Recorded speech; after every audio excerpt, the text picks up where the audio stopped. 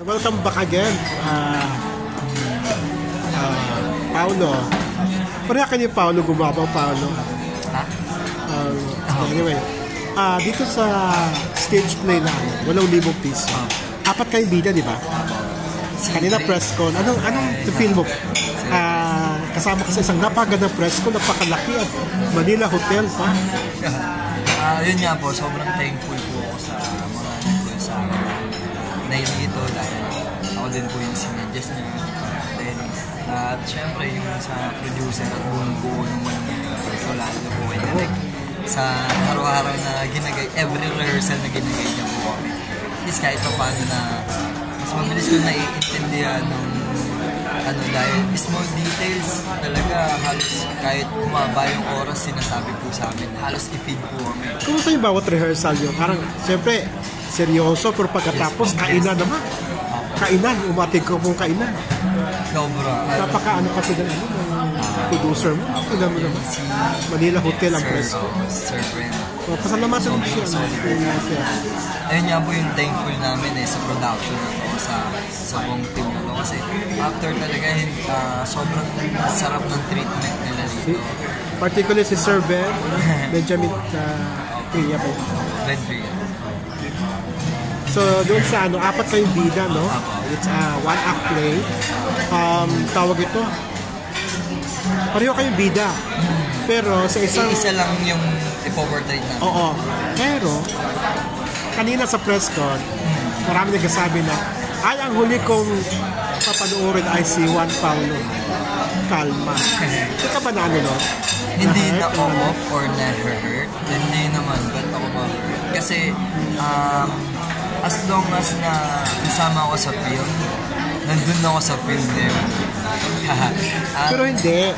Kaya ka sa huli, dahil ikaw yung parang pinaka-pinali na papanoorin nila. Yun. Yun yung kaya ka huhulihin nilang panonood. Dahil hindi ka magaling. Okay. Alam mo yun. So, mas siyempre, una't huli ako i-panoorin. Ibibigay ko po yung best ko as a actor. Kung paano ko po siya i-act and i-showcase yung film na yun. Pero sabi kanina ni Director, sino yung director niyo? Director, Dante Balboa.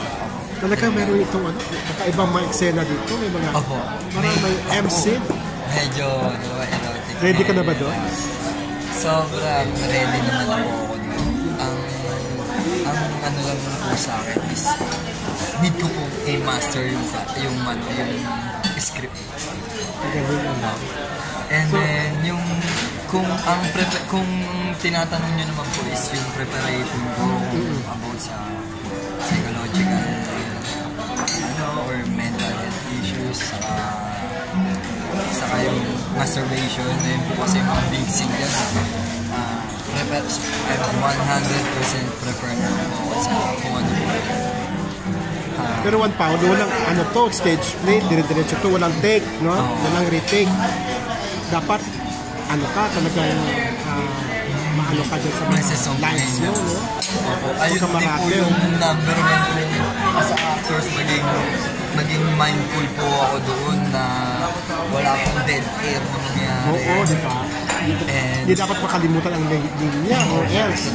Saka kung paano ko hindi maboring ang film. Kumusta ang director si Direk ka na?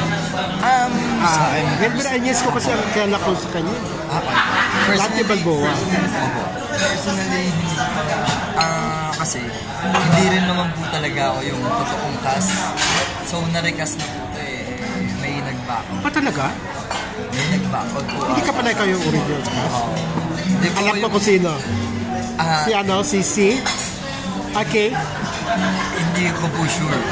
Kasi ang na-call na po ako nun is 11 p.m. ng gabi. Then sabi, punta ka doon. Okay ka ba? Alam mo na yun. Sino sabi? Si manager po. Yung dito? Which is nailito po. Then ang ginawa ko is, pwede na yan.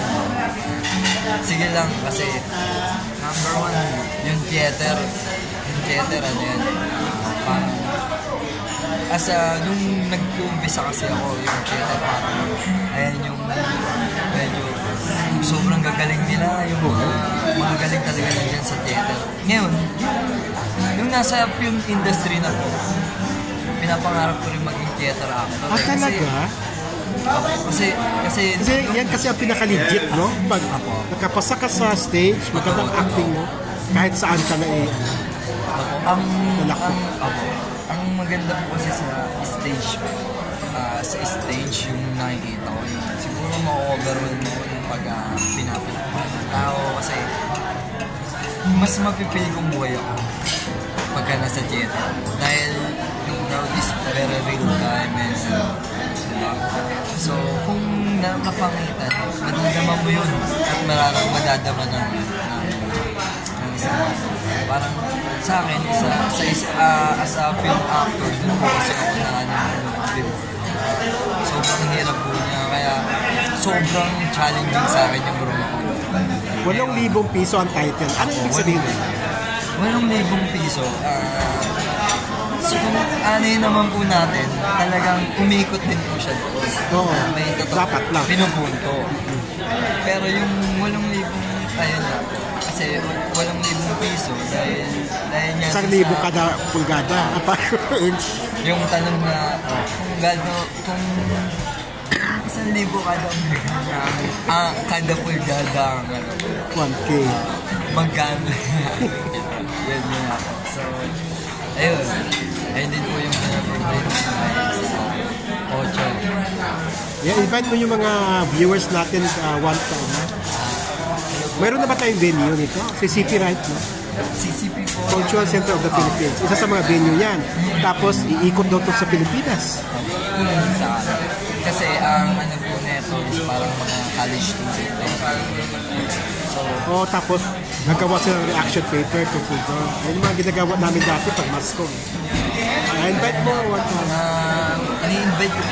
Hello po, this is inaanyayahan ko po kayo na manood ng play namin nagaganapin sa CCP.